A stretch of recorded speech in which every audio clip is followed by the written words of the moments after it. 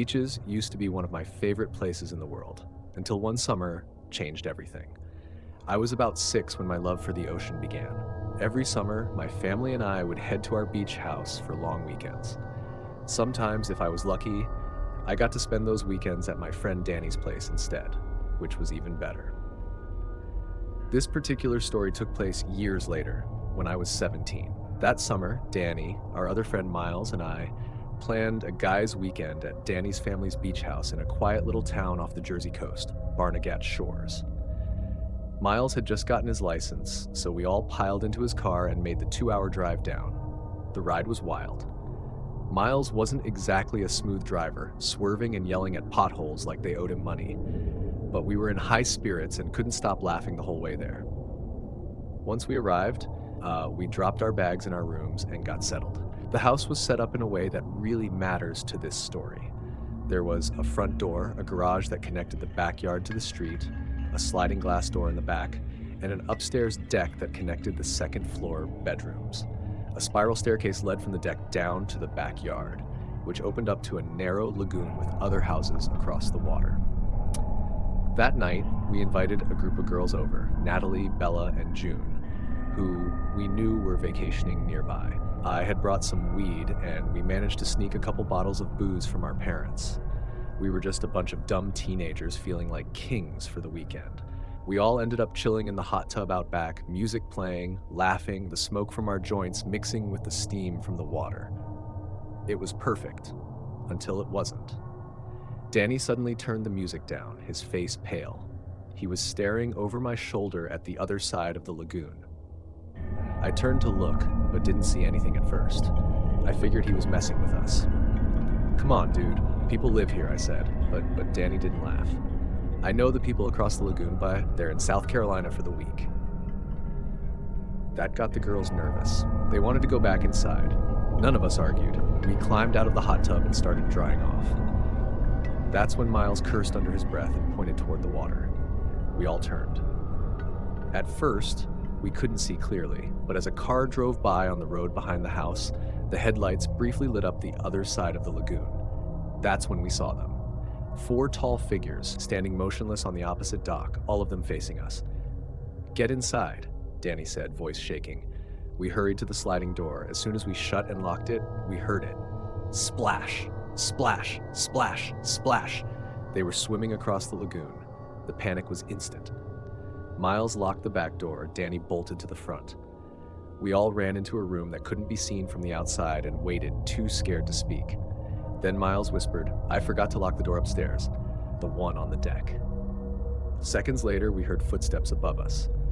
That was it. We were done. No weapons, no plan, and honestly too drunk to fight, even if we had to. We sprinted to the front door and piled into the car. Miles started it on the first try and peeled out of the driveway, destroying a mailbox on the way out. Once we were far enough away, we called the police. The nightmare didn't end there. When we returned with officers later, the house had been robbed. Everything of value on the second floor was gone, and worse, Danny's dad's boat, a 20-foot bay runner, was missing too. The keys had been hidden under a panel near the wheel, something only someone close to the family would know. To this day, no one's been caught. And we all believe whoever did it knew exactly what they were doing and that we weren't supposed to be there that night. Ever since that weekend, I double-check every door and window before bed. Beaches don't feel safe anymore. Lock your doors. Every single night.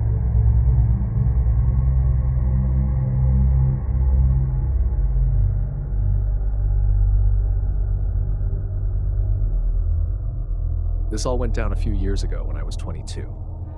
Enough time has passed that I finally feel okay sharing it. I just graduated college and had landed a solid job. Not exactly my dream, but good enough to give me a cushion. The best part? I was still living in my childhood home, which meant no rent, free meals, and my cozy bedroom just as I left it. I knew I was lucky. Not everyone gets to start adulthood with such a safety net, and I made sure never to take it for granted. But as much as I felt like I was living the dream, things weren't all easygoing. What I'm about to tell you happened just a few weeks after I moved back home. Now, for context, I'm not what you'd call the wild type. I'm not into partying, I don't binge drink, and I'm not interested in hookup culture. never have been. My dad's the most important man in my life, and he raised me with a strong sense of self-respect. So my routine was simple: work, gym, home, a few pages of whatever book I was into, maybe some YouTube or TikTok, then bed. Weekends were for hikes or card games with my cousins. I was content. That's why I surprised even myself when I said yes to a beach trip. My best friend from college, Maddie, invited me and two other girls, Jules and Nora, to her family's coastal house for a long weekend. I'd heard about the place for years but had never been. Maddie's family is beyond well off. Both her parents are orthopedic surgeons, and when I say the house was beautiful, I mean jaw-dropping. Built into a cliffside overlooking a private stretch of beach with massive windows and smart home tech in every corner. Corner meets. We got there on a Friday afternoon and decided we'd all share one room, one of the kids' rooms with two bunk beds and its own bathroom. The vibe was perfect. 3 days of sun, sand, and no pressure. Even I planned on letting loose a bit. That first night, we kept things mellow. A few drinks, a speaker, and a blanket on the sand. We watched the stars and let the sound of the waves do most of the talking. But around 11 p.m., we noticed a faint light bobbing in the distance, like someone walking with a flashlight. We stopped talking, watching the lights sway slowly back and forth. Eventually, we saw the figures, 3 or 4 of them, walking along the shoreline toward us. At first, it was unsettling. It was late, and this stretch of beach was technically private. But the closer they got, the more relaxed we became. They were laughing, and their body language seemed casual. One of them, a guy, called out a cheerful "hey," and Nora shouted a greeting back. Turns out it was 3 guys, probably in their mid-20s, all fitting that beach local look. They sat with us and started chatting. Nothing sketchy, just easygoing conversation, shared drinks, and decent vibes. They weren't pushy or weird, which put us at ease, especially Nora and Jules, who were clearly vibing. After about an hour, the guys invited us to their rental house, which they said was just up the coast. I was fading fast and honestly not that interested in continuing the night, so I told my friends to go ahead without me. I wasn't going to hook up with anyone, and they were only 3 guys anyway. Maddie stayed with them too, just to be safe. I walked back to Maddie's house alone, got cleaned up, and went to bed. I didn't think anything of it until my phone started ringing around 3:30 a.m. It was Maddie.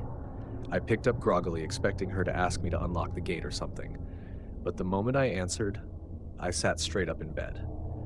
She was crying, panicked, screaming into the phone that Nora and Jules had been taken, and I needed to get her car, now. I'll never forget how fast my body went from half asleep to fully wired. It felt like an electric jolt. She said she'd already called the police, but she needed me to meet her so she could chase them down. My hands were shaking so bad I could barely zip my hoodie, but I managed to grab the keys, unlock the gate, and get her car started. She guided me over the phone, telling me where she'd seen the guys drive off and what the car looked like. I tore down the coastal road, easily doing 90, adrenaline flooding my system. After a few miles, I spotted the SUV she'd described, cruising slowly like nothing had happened. I stayed back like the dispatcher told me to and gave them our location. A few minutes later, flashing lights lit up the road ahead. The SUV didn't even try to run. I guess they didn't realize they were being followed. I pulled over and watched as the officers swarmed the vehicle, guns drawn. It was chaos. 3 men dragged out and cuffed, yelling and struggling. Then an officer popped the trunk, and there they were. Nora and Jules were bound and bruised, looking completely out of it, but alive. I've never felt so sick in my life. What happened next came out during interviews with the police, and later from Maddie. After I left the beach, Maddie noticed the guy she'd been talking to got angry when she said she wasn't staying. He blew up, screaming at her to leave. She did, but realized she'd left her purse and went back. That's when she saw the other 2 guys forcing Nora and Jules into the car. She immediately called 911 and then me, knowing she needed help tracking them. Turns out the house they'd been staying in wasn't even theirs. It belonged to an elderly couple vacationing overseas. The guys had broken in, probably to squat or party. They were hit with a laundry list of charges: kidnapping, breaking and entering, assault, attempted sexual assault, unlawful restraint. The list went on. Thanks to Nora's parents, who are both high-profile attorneys, the case was kept quiet and handled aggressively. All three men are now serving serious time. I'd like to say we all went back to normal after that, but that'd be a lie. I shut down for a while. Late night beaches, talking to strangers, even trusting familiar faces, it all felt tainted. I pulled away from the girls for a bit, needing space. Thankfully, we've since reconnected. We're still close. Nora and Jules are doing great considering what they went through. In some twisted way, I think not remembering the worst parts spared them some trauma. But I still think about it sometimes. How if I hadn't gone back to the house, if Maddie hadn't noticed her missing purse, if we'd waited even 10 more minutes, could have varied differently.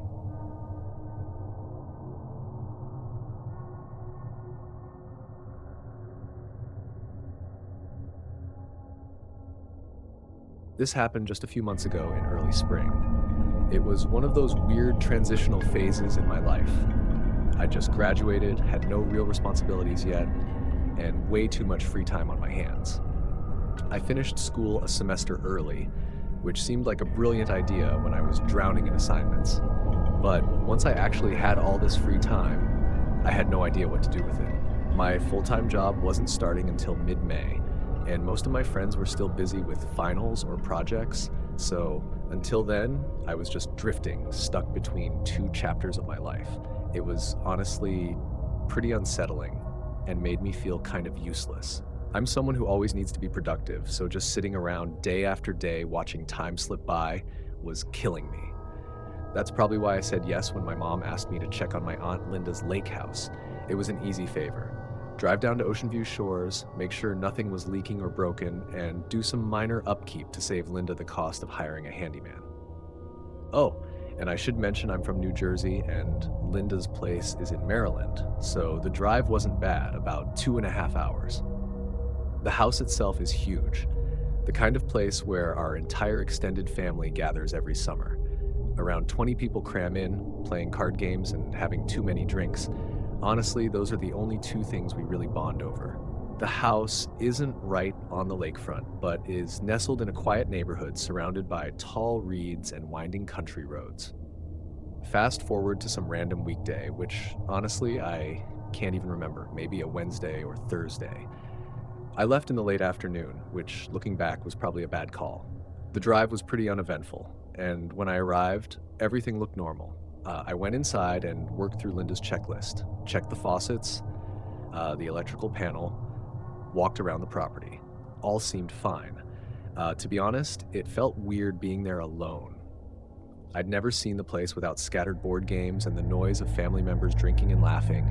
The silence was the eeriest part. The house felt abandoned or maybe even haunted. I'm sure you all have that one spot, be it a restaurant, a house, or something else, that gets loud and lively when your whole family is there. Now imagine it empty and quiet. Creepy, right? Anyway, it was getting late and I hate driving at night, so I texted my mom to say I'd stay overnight and head back the next morning. She agreed and reminded me to thank Aunt Linda for letting me stay there, which I did. I made some food, messed around on my phone, and started getting ready for bed. During family visits, I usually get stuck in one of the smaller bedrooms on the 3rd floor, while others claim the nicer, bigger rooms. No complaints, just how things went. But since I had the whole house to myself, I figured I'd take advantage.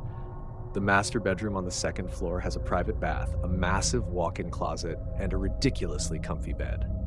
The choice was easy. That's where I'd sleep. I got into bed around midnight and quickly fell asleep. I don't remember what time I woke up, just that something startled me awake.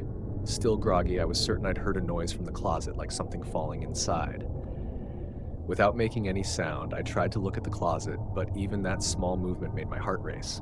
My mind was awake, but my body felt frozen, like sleep paralysis, but without the total paralysis. I could move if I wanted to, but I just didn't want to. I didn't want to find out if there was something in that closet. I squeezed my eyes shut, telling myself to go back to sleep. I almost did, but the instant I started drifting off, I heard another muffled thump from inside the closet. I barely cracked my eyes and tried to convince myself I'd imagined it, but I hadn't. Suddenly, like some invisible force took over, I was completely paralyzed. This time it was real. I couldn't move, even if I wanted to. Until that moment, I didn't truly understand what being frozen in place meant. I listened in horror as the closet door creaked open slowly. Through my barely opened eyes, I saw a dark figure step into the room. It just stood there, motionless, watching me. Maybe 20 seconds passed, each one feeling impossibly long. Then, silently, the figure turned and left the room. I stayed perfectly still, barely breathing. Instead of heading downstairs like I expected, the footsteps creaked upstairs, to the 3rd floor. My stomach churned. The only staircase up there had no exit. My mind screamed at me to do something, but I was too scared. I couldn't overpower a grown man. I had no idea if he was armed. All I could do was wait. After what felt like an eternity, I finally managed to break out of the paralysis. Quietly, I grabbed my phone and dialed 911. As soon as the dispatcher answered, I whispered that someone was in the house. I slipped out of bed, quietly locked the bedroom door, and waited. Minutes dragged by painfully until flashing red and blue lights lit up the windows. I was surprised at how fast the police showed up. I ran down the stairs and threw open the front door, almost collapsing in relief when I saw them. The officers didn't hesitate. They moved quickly through the house while I waited outside. It didn't take long. They said the house was empty. I was in disbelief. I'd heard the footsteps go upstairs. There was no way he could have left. The police insisted he must have slipped past me and that I was too freaked out to notice. I knew that wasn't true, but what could I say? The guy had vanished. I wasn't comfortable letting it go, so I called Linda. She wasn't having it either. She told the police to search again, more thoroughly this time. She told me to follow the officers and watch what they did, so I did. The cops methodically opened every closet, checked under beds, tapped the walls like they expected something hidden behind them. They pulled back every shower curtain, double-checked all the locks on doors and windows. Then they found it. One of the bedroom windows on the 3rd floor, the room I should have been sleeping in, was unlocked. One officer stayed by the door while another went outside to the back deck. I went with the second officer because the thought of being locked in the house with some stranger made me sick. The officer shone his flashlight around the yard, but there was nothing there. Then he scanned the roof, and to my horror, the beam landed on the stranger. He was sitting there, a disgusting-looking bald man in tattered clothes who looked like he hadn't showered in years. The next hour was a blur. The cops communicated quietly and got the man off the roof and into cuffs. They said he was probably homeless, squatting in the house for days or maybe longer. But when they asked how he got in, how long he'd been there, and why he'd been hiding in the closet, he didn't answer. Just that eerie, vacant look like none of it mattered.